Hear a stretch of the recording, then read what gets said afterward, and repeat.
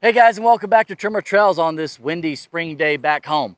We just got back from doing a trip out west and we had a blast. And this trail is one of those trails that we did. We are going to be in the Escalante National Monument.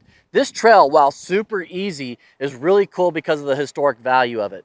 Essentially in the late 1800s, Mormon pioneers were set out to build an establishment south of the Colorado River. A journey that they thought would take 6 weeks ended up taking 6 months. Not only did they have to get across the crazy terrain all the way through the Escalante, they had to figure out a way to get down across the Colorado River as well. So they ended up cutting a hole in the rock, which is the name of the trail today. Now, not to be confused with the Hole in the Rock South, which is an extremely technical trail that I hope to get out to one day. This is the historic Hole in the Rock trail that anybody can do, and we wanted to put this up here so that the guys that don't want to get too crazy with their vehicles but still want to go out and explore some beautiful scenery, this is the trail for you. Here's the overview, then we are going to jump up on the trail, so let's go. All right, Hole in the Rock Road, an Escalante National Monument that is in Escalante, Utah. If you're a history buff like me, Google this story or check out one of the documentaries about it. It was really a cool journey. As far as the trail itself, it's just going to be 58.1 miles. It's going to be 2 to 2.5 hours to get this one done one way. You do got to crawl back out the same way. The trail itself is just mainly a dirt road with a few slick rock areas that you got to navigate, nothing major. The only mode I used was two-wheel drive because I wanted to save on fuel. Really no need for four-wheel drive on this road. As far as highlights go, there are several all along this road. There's all kinds of places to take pictures, to go hiking, on and on and on. It's a really beautiful area. As far as us, we checked out the Devil's Garden, we checked out the Dance Hall Rock, Hole in the Rock, and Lake Powell. Please remember that our cameras have stabilizers on them. The hills are not going to appear as steep, and the bumps are not going to be as rough. Also remember that we review this and every trail at the end of the video.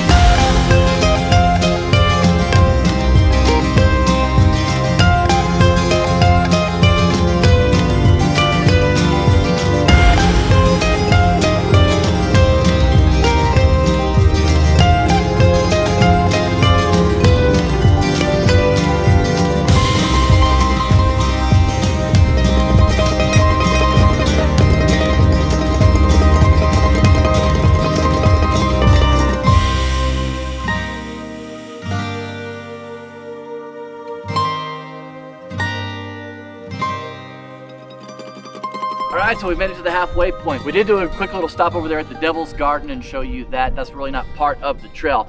This is part of the main historic trail. We are halfway to the Colorado River, and we are at the Dance Hall Rock, this massive, massive natural amphitheater. Let's go check it out.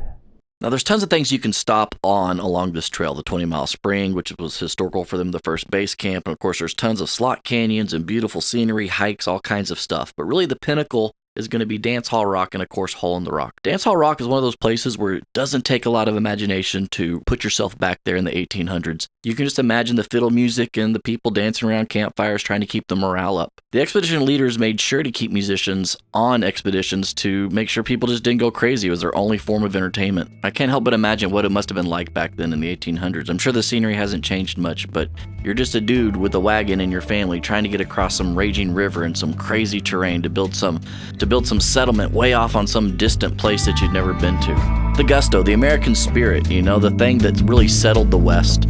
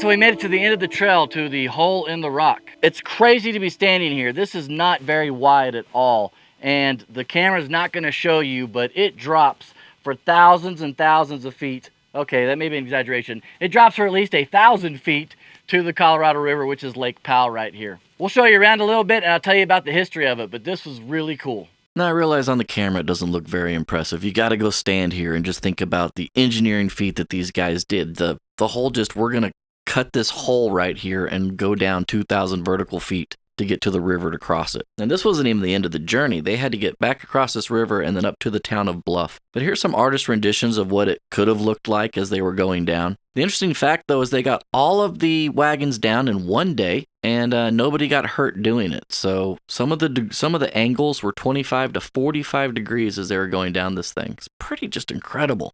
I want to know who the first dude was that did it. Like, volunteered up and said, okay, we'll send our wagon down with our horses. Like, the size of his wagon wheels must have been huge, if you know what I mean. Nonetheless, this was a really cool stop, a really cool piece of American history, and it was fun to just get out here and just look at this with your own eyes. The camera's not going to show you just how incredible of a feat this was, and I'm really glad we got to come out here and spend some time.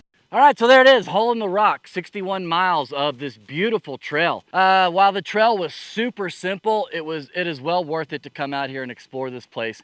It is just beautiful, and I'm sure the camera does not capture it. Sorry I couldn't get a lot of drone footage. I always apologize for that. I don't know why, but I feel like the drone adds more cinematic value to these videos. Of course, a lot of this is in the monument, so I can't fly a drone, so you just have to come out here and experience it yourself. Like I mentioned at the beginning, if you're going either to Bryce Canyon and for Bryce Canyon over to Capitol Reef or vice versa, this is smack in the middle.